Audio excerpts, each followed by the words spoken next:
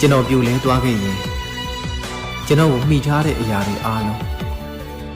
စောင့်တည်ရမဲ့သွားကြမှာ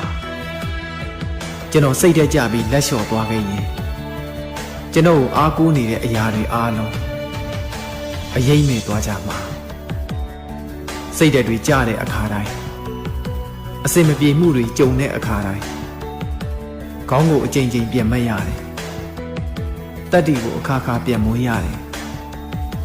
ငါရအောင်ရှေ့ဆက်မယ်လို့ကိုအားပေးရတယ်